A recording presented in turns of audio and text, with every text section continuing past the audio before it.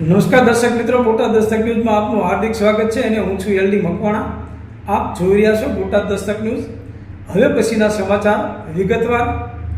દર્શક મિત્રો અને ખાસ કરીને બોટાદના દર્શક મિત્રોને જણાવવાનું કે આપણે ત્યાં બીજે તો જે થતું હોય તે, કારણ કે મને બોટાદના સમાચાર લોકો પાસેથી જાણવા મળે છે કે જે રેશનિંગના ઘઉં ચોખા છે, જે રેશનિંગની વસ્તુ છે, એમાં જે એક કટ્ટા દીઠ મામલતદારના અને ડીએચઓના જે હપ્તા લેવાય છે, જો આ હપ્તા લેવાતા હોય તો ખરેખર બહુ દુઃખની વાત છે.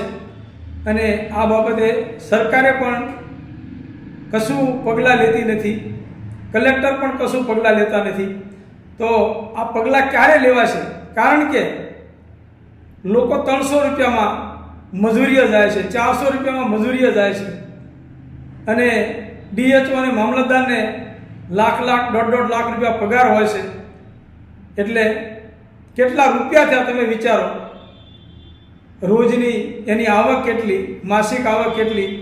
જ્યારે 300 રૂપિયા લેખે 9000 રૂપિયાની આવક, જ્યારે ડીએચઓ અને મામલતદારને લાખોની આવક છે. એમાંય પાછો ભ્રષ્ટાચાર, એક કટ્ટે 7 રૂપિયા કમિશન. તો બોટાદ જિલ્લામાં હાલમાં 70 થી 80 હજાર કટ્ટા ફાળવવામાં આવે છે રેશનિંગની દુકાનોમાં. કારણ કે એ કટ્ટા દીઠ 7 રૂપિયા ગણવામાં આવે તો 70,000 કટ્ટા ખાલી ગણીએ આપણે તો 4,90,000 રૂપિયા કમિશન થયું. તો 4,90,000માંથી ડીએચઓ અને મામલતદારનો ભાગ પડતો હોય તો લોકો 300 રૂપિયામાં મજૂરી કરી મરી જાય. તો આમની હરોળમાં તો કે દિવસે આવશે? કોઈ દિવસે આવશે જ નહીં. કારણ કે મજૂર જ રહેવાના અને અધિકારીઓ ભ્રષ્ટાચાર કરી અને કરોડો રૂપિયા કમાવાના.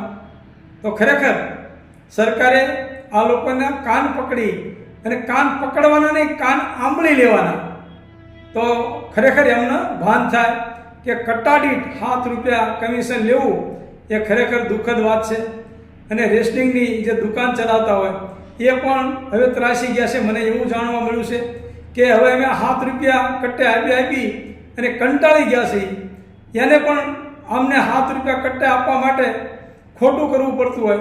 કારણ કે એક દુકાનની અંદર 300, 400, 500 કટ્ટા આવતા હોય. એ મુજબ 500 કટ્ટા હોય તો એમને 3,500 રૂપિયા કમિશન આપવું પડતું હોય. તમે વિચારો કે આવું તો કોઈને મળતું નથી. અને ગરીબ માણસો મહેનત મજૂરી કરી અને થાકી જાય છે. એના ઘરનું ગુજરાન પણ ચાલતું નથી હોતું. અને આવા લેભાગુ અધિકારીઓ છે ડીએચઓ અને મામલતદાર, તેઓ ખરેખર 4,90,000 રૂપિયા કમિશન લઈ જતા હોય તો ખરેખર આ ગરીબ માણસો ગરીબ જ રહેવાના. અને જે પૈસાદાર છે, અધિકારીઓ છે, એ પૈસાદાર થતા જવાના. તો ખરેખર આ બાબતે સરકાર અને ઉપલા અધિકારીઓ આમની ઉપર પગલાં લે અને તપાસ કરાવે કે સત્ય શું છે. તો ખરેખર લોકોમાંથી જે જાણવા મળતી વાત છે એ વાત ખરેખર સાચી છે કે ખોટી છે? મને તો સાચી ઠોકીને કીધું છે કે અમારી પાસેથી 7 રૂપિયા કટ્ટા કમિશન ડીએચઓ અને મામલતદાર લે છે. તો ખરેખર એમની વાત સાચી જ હશે. તો ખરેખર અને બીજા નંબરમાં કોઈ પણ અધિકારી જે છે એ પ્રજાના નોકર છે. ચાહે ગમે એવા મોટા અધિકારી હોય કે ગમે એવો મોટો હોદ્દો હોય, એ સરકારના જે અધિકારીઓ છે એ પ્રજાના નોકર જ છે. એ પ્રજાના નોકર રહેવાના. પણ પ્રજાના નોકર લોકોનું જે શોષણ કરે છે અને પ્રજાને જે લૂંટે છે, પ્રજાનું જે લોહી સૂચે છે, એની સાથે બોટાદ દસ્તક ન્યૂઝને ખરેખરો વાંધો છે. એટલે બોટાદ દસ્તક ન્યૂઝની કોઈ હળી પણ કરતા નહીં. નકર Botad Dastak news supreme court સુધી જવાની તૈયારીમાં છે. Botad Dastak news, LD Makwana, Botad.